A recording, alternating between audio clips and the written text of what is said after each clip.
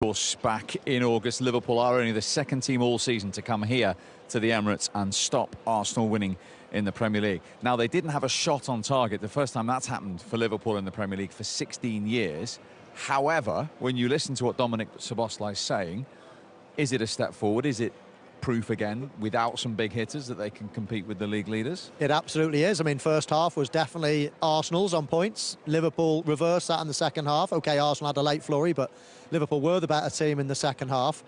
And I said before the game, you know, when you're champions, when you're great players like they've got, and even though they're underperforming a little bit this season, when you're playing against other great players, when you come to a stage like this, you've got something about you that says we're not going to get embarrassed, that we're not going to get beaten by these today. And the performances of the likes of Konate, Van Dijk, etc., was that of champions, I think. Listen, even if you're the best team in the world coming to the Emirates, a draw is always a good. It's hard to go away from home. It's hard to play against a top team, and I don't care whether you're in flying form or if you're struggling for a result.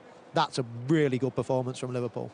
What percentage of that was credit Liverpool, and what percentage maybe was Arsenal not quite firing on all cylinders? I think you have to credit Liverpool for their second half performance, but I think for the first half performance, I thought we created enough chances and got the ball in the box on occasions where you have to take those opportunities, because you're not going to get too many more that we saw in the second half. And I think Liverpool in the second half, they realised, you know, let's keep the ball, let's see what we can do, let's hit them on the break. I think Liverpool had the better chances. But again, I think it's another one for Arsenal to learn about at this stage of the season. I'm quite pleased that in the end they managed it to get a point rather than not get anything, because they're still in pole position.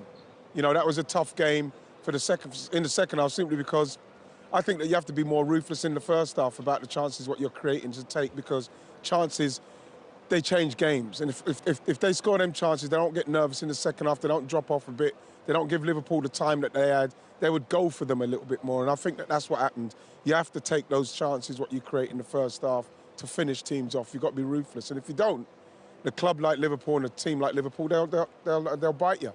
And in terms of chances, was that just what was missing from Liverpool today? You heard Dominic Szoboszlai say he had a few shots there. They didn't have, like I say, one on target in the whole game. It's just that final ball, that lacking that little bit of quality at times. It was, and it's understandable when you look at, you know, the types of player that are missing. You know, the Mo Salahs, the Isaks, the Ekitiké's. You know, a couple of players, Frimpong, for example, getting in really good positions and just not having that end product. A couple of easy balls, actually. But as we were saying, the closer to the goal you get, the harder it gets, and you know, that's where you start having to, you know, make the difference. Let's say lots of players can do frilly skills outside the box and around the halfway line, but as soon as the final ball, the final finish, that's the most important thing in football. Liverpool just lacked that a little bit, but as I say, a fair excuse when you've got all those players that are missing. But overall, I think Arne Slot will be pleased with the performance. Just on your point about the contrasting halves, right? You have a look at the numbers from the first half.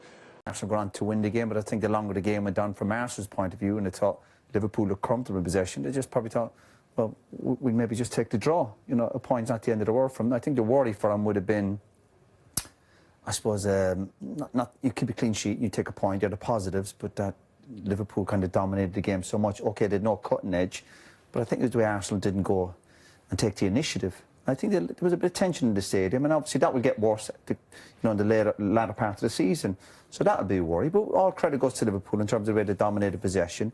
Now, usually when you sit in, when I was watching Liverpool the first half, when Liverpool win it back, they weren't looking to break quickly. They were just looking to control the ball and kind of take the energy out of the stadium, which they've done perfectly well. The only disappointing thing from Liverpool is we just saw the stats there. No real cutting edge, didn't have enough quality. Yeah, they're missing important attacking players.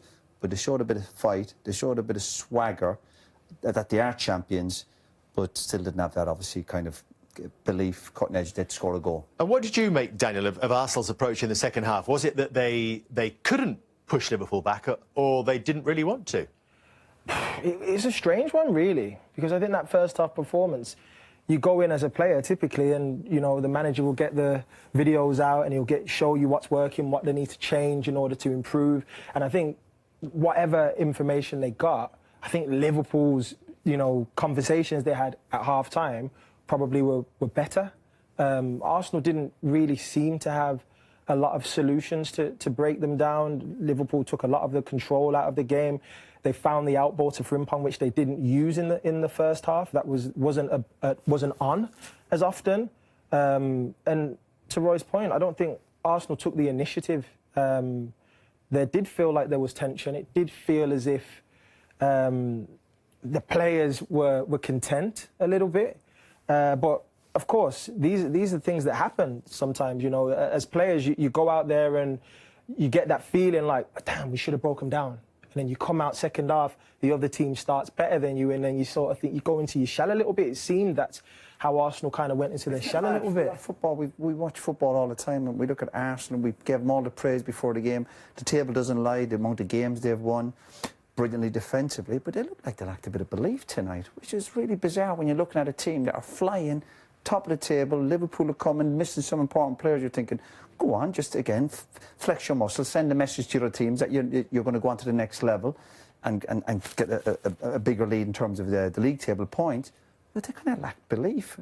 Rice was a bit sloppy this little bit of second half. Lewis Skelly came on, he looked a bit, didn't even look ready to come on the pitch.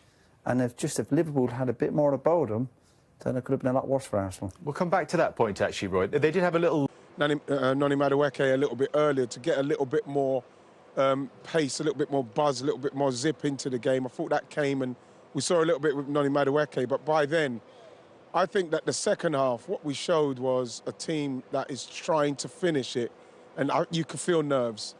I think there was a little bit of nerves. I thought that there was a little bit of like, let's just be careful here. Let's not lose this now. And I think that what we've got to have there, I think the attitude we've got to have is we've got to be, we're going to win this. And then if we don't win it, okay, we'll take that. But we can't be safe. I thought we felt a little bit safe and nervous there. Do you think Liverpool sensed that in the stadium as longer that second half went on? A little bit, and they grew in confidence as well. As soon as you start knocking a few balls around, then you start growing into it and thinking, hang on a minute, we can get something here. I think from Arsenal's point of view, they're a very efficient side. They're not going to blow anybody away. They're not like a Manchester City that can beat somebody 5 or 6-0, or a Liverpool, you know, when they were absolutely flying a year or two ago. I think Arsenal are based on a really good goalkeeper, really good defence, efficient midfield. You know, I think it's a very, very solid team that are going to win games 1-0, 2-0, 3-0 maybe.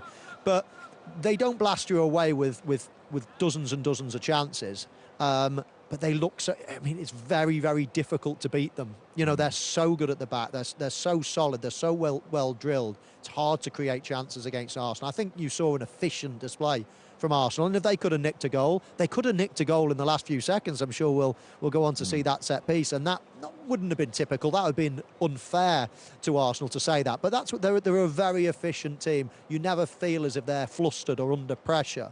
Whereas obviously, you know, the teams that have won the league over the recent years have been, you know, very good attacking it. They might concede. Liverpool concede a lot of goals, even when they're winning leagues and whatever, but they were just a real expansive team, where I think Arsenal are a bit more efficient, and it was important for them not to lose today. You know, I would say, though, Mike, with those teams that you mentioned, they've got a striker that can, in those moments, Mick, you know what it's like when the game's tight. You can see you're not going to get many chances like you saw against a Liverpool, and you do need... That's what we thought we bought. And that's what you need, because if we're going to talk about the balls that went across the goal all the way through, when you're paying that kind of money, you want something, they've got to be there. And that's what makes the difference in games like this, because the first half, we created enough for us to get something. It didn't happen because we didn't have someone to take the chance. And we've done that and then the second half, you get more and more nervous because of everything what's encapsulating with what Arsenal are trying to do. Is all... You know, everybody's worried about it, and you can feel it. You can feel them getting like deeper and deeper. And we can't do that. We've got to go for it. We've got to make sure we take these chances and finish games off a little bit more comfortably than we are at the minute. As Michael says, though, when you go to the final stages of the game, the final set... Welcome pitch line. Well, I know Manny's not going to do exactly what he just did, which I said, give me your reaction, and he screamed. Why? Because this game is starting to get on my nerves, and I'm starting to get frustrated, you know. Why? Because I think we started very well the game. I think we get possession of the ball. We put Liverpool under pressure from the start of the game. And step by step, I think we became less and less dangerous. And Liverpool became more confident and created probably the most dangerous chances. Is it this table tennis football you talk about? Again, you want to see more dynamism and handbrake off from us? Well, I said before the game that big clubs, speed players never die. And you can see tonight Liverpool, playing with composure, and confidence. And I think they're defending very well. And this is probably the main problem, for Arsenal, actually. They don't find the right tempo, the right passes, in between defenders, in between space, to create great chances. I think there is always a Liverpool defenders, to take away the ball.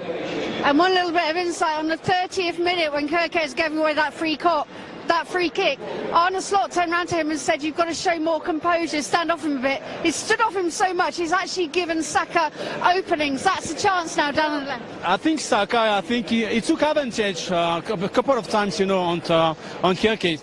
And, but, every time they crossed the ball, there was always, a defenders, taking away the ball. And I think they are always well positioned, in a penalty area. I think the communication between the defenders is very well, at Liverpool. At the moment, we need to find, the right passes, the right movement, to create danger. Perez, he hasn't scored in 10 games from open play for Arsenal. Why, in your opinion, is that? Well, a combination. I think, they're not really playing to his strengths, and you realize that Arsenal has got obviously goals coming from the wide areas, and they got many players who can contribute, like, obviously people like Rice has contributed. So they're not really playing to their number 9. But having said that, it's a bit of concern where your number 1 striker has not scored in 10 games, and that's a little bit of a concern. And even tonight, you look at his contribution to this point, he's probably hardly touched the ball, and he doesn't look like he's going to score. Yeah. I mean, who's at fault? Because you look what City, they bought Ireland Haaland, they spent all that money, and they had to change the way they play to cater to their striker. But Arteta's not doing that, is he? He's still relying on his wingers to create the opportunities in front of goal. Yeah, I mean, what Dwight says, I mean, when you come up against Arsenal, usually the teams want to sit back, so it takes a very intelligent striker to understand how to try and play with very narrow spaces. The change with what City now has with Haaland, he understands he might not touch the ball a lot, but he will be ready for any ball that comes in the box. I think that is the main difference, and maybe for the future, if Arsenal wants to dominate more attacking, it needs a specific striker who can understand to play those type of games. He just looks a little bit off, and often enough when you're looking at your star player, particularly in that role, which is obviously a quite complex role to play, you've got to have that intelligence as Babel to make those little diagonal. I'm not seeing a burst from him. It's all up, back, and just very simple. You're not seeing his bursting, and all good number 9s. The reason they scored that many goals because they run towards the opposition goal. You're not seeing that with him. He's keep coming to the ball, and he has to just be very calm, but play the position and ask players to thread that. You must be always playing on the shoulder of centre back, and he's now coming towards his own goal, and that's a bit of a concern. It's going to be interesting because